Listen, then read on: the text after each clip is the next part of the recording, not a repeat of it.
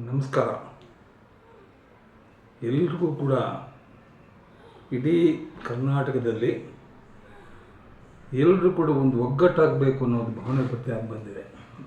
ಮುಖ್ಯವಾಗಿ ನೋಡಿ, ಒಕ್ಕಲಿಗರು, ಲಿಂಗಾಯತರು, ಕುರುಬ ಕಮಿಟಿಯವರು, ಎಲ್ಲ ಉಪಜಾತಿಗಳಿದ್ದರೂ ಕೂಡ, ಎಷ್ಟೇ ಉಪಜಾತಿಗಳಿದ್ದರೂ ಕೂಡ ಒಕ್ಕಲಿಗ ಅಂತ ಬರೆಸ್ತಾರೆ, ಕುರುಬಗೌಡ ಅಂತ ಬರೆಸ್ತಾರೆ, ಲಿಂಗಾಯತ ಅಂತ ಬರೆಸಿ ಆಮೇಲೆ ಉಪಜಾತಿ ಬರೀತಾರೆ. ನಾವು ಯಾಕೆ ಇನ್ನೂ ಹಿಂದೆ ಉಳ್ಕೊಂಡಿದ್ದೀವಿ? ಮುಂದೆ ಮಾಡಬೇಕು.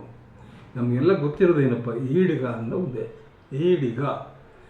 ಈಡಿಗ ಅಂದರೆ ಕೂಡಿ ಬಾಳುವುದು ಅಂತ ಅರ್ಥ. ಆದ್ದರಿಂದ ದಯವಿಟ್ಟು ಯಾರೇ ಆಗಲಿ, ಕರ್ನಾಟಕದಲ್ಲಿ ಎಲ್ಲೇ ಇರಲಿ, ಎಷ್ಟೋ ಉಪಜಾತಿಗಳಿದ್ದಾವೆ, ಇಲ್ಲ ನಾನು ಹೇಳ್ತಾ ಇಲ್ಲ. ಈಡಿಗ ಅನ್ನೋದನ್ನು ಫಸ್ಟ್ ಬರೆಸಿ, ಈಡಿಗ ಅಂತ ಬರೆಸು. ಬ್ರಾಕೆಟ್ನಲ್ಲಿ ನೀವು ನಾಮಧಾರಿ ಅಂತಲೋ ಇನ್ನೊಂದು ಮಂಗಳೂರು ಕಡೆ ಅಂತ ಏನೇನು ಬರ್ಸ್ಕೊಳ್ಳಿ, ಬೇಡ ಅಂತ ಹೇಳಲ್ಲ. ಬಟ್ ಮೇಯ್ನ್ ಕಾಲಮ್ 9ನೇ ಕಲಮ್ನಲ್ಲಿ ಮಾತ್ರ ಈಡಿಗ ಅಂತ ಬರೆಸಿ, ಆಮೇಲೆ ಉಪಜಾತಿಯಿಂದ ಬರ್ಕೊಳ್ಳಿ, ಬೇಡ ಅಂತ ಹೇಳೋದಿಲ್ಲ. ಇದು ನಮ್ಮಲ್ಲಿ ಇದರಲ್ಲಿ ಏನಪ್ಪ ಅಂದರೆ, ಇದು ಒಗ್ಗಟ್ಟಿನ ಸಂಕೇತ. ನಾವೆಲ್ಲ ಒಂದರಲ್ಲಿ ಒಗ್ಗಟ್ಟಾಗಿರ್ಬೇಕಾದ್ರೆ ಇದು ಮಾಡಲೇಬೇಕು. ನಾವು ಕೂಡ ಯಾವಾಗ ನಮ್ಮ ಬುದ್ಧಿವಂತರಾಗೋದು ಹೇಳಿ ಅಲ್ವಾ? ಈ ಒಕ್ಕಲಿಗರು ಒಂದು ಕಡೆ ಆಗ್ತಾಯಿದ್ದಾರೆ, ಲಿಂಗಾಯತ ಒಂದು ಕಡೆ ಆಗ್ತಾಯಿದ್ದಾರೆ, ಕುರುಬಗೌಡರು ಒಂದು ಕಡೆ ಆಗ್ತದೆ. ಅದು ಸಂತೋಷ, ಬೇಡ ಅಂತ ಹೇಳಲ್ಲ. ನಾವು ಕೂಡ ಅದನ್ನು ಒಗ್ಗಟ್ಟಿಗೆ ತೋರಿಸ್ಬೇಕು. ಅದಕ್ಕೋಸ್ಕರ ನಾನು ಹೇಳ್ತಾ ಇದ್ದೀನಿ, ದಯವಿಟ್ಟು ಕೈ ಮುಗಿದು ನಮ್ಮೆಲ್ಲ ಪಂಗಡದವ್ರಿಗೆಲ್ರಿಗೂ ಹೇಳ್ತಾ ಇದ್ದೀನಿ, ಫಸ್ಟ್ ಈಡಿಗ 9ನೇ ಕಾಲಮ್ನ ಈಡಿಗ ಅಂತ ಬರೆಸಿ, ಆಮೇಲೆ ನೀವು ಉಪಜಾತಿಗಳಿಂದ ನೀವು ಹೇಳ್ಕೊಳ್ಬೇಕಾದ್ರೆ, ಬೇಡ ಅಂತ ಹೇಳಲ್ಲ.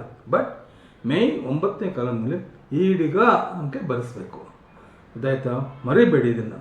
ಈಗ ನಮ್ಮ ಒಂದು ಬದುಕಿನ ಪ್ರಶ್ನೆ, ಮುಂದಿನ ಮಕ್ಕಳ ಭವಿಷ್ಯದ ಪ್ರಶ್ನೆ, ಮುಂದಿನ ಮಕ್ಕಳಿಗೆ ಓದ್ಬೇಕಾದ್ರೆ, ಮಾಡಬೇಕು, ಕೆಲಸ ಸಿಗ್ಬೇಕಾದ್ರೆ ಇವೆಲ್ಲ ಕೇಳ್ತಾರೆ. ಇಂಥ ಜಾತಿ ಇಷ್ಟಿಷ್ಟು ಅಂತ ಹೇಳ್ತಾರೆ. ಅವಾಗ ಏನು ಮಾಡ್ತೀರಿ ನೀವು?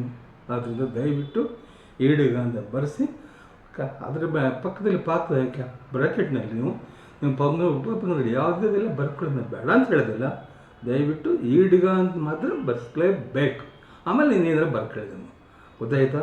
ಮರಿಬೇಡಿ ದಯವಿಟ್ಟು. ಇದು ನಮ್ಮ ಮುಂದಿನ ಮಕ್ಕಳ ಏಳಿಗೆಯ ಒಂದು ಜಾಗೃತಿ ಸಭೆ, ಇದು ಜನಜಾಗೃತಿಯ ವಿಷಯ ಇದು. ಆದ್ದರಿಂದ ಮುಂದಿನ ಮಕ್ಕಳಿಗೆ ಪೀಳಿಗೆ ಒಳ್ಳೆಯದಾಗಬೇಕಾದ್ರೆ ಇದನ್ನು ನೀವು ಮಾಡಲೇಬೇಕು. ಖಂಡಿತ ಮಾಡ್ತೀರಿ ಅಂತ ನಂಬಿಕೆ ಇದೆ. ಎಲ್ಲರಿಗೂ ನಮಸ್ಕಾರ. ಸಾಕಲ್ವಾ?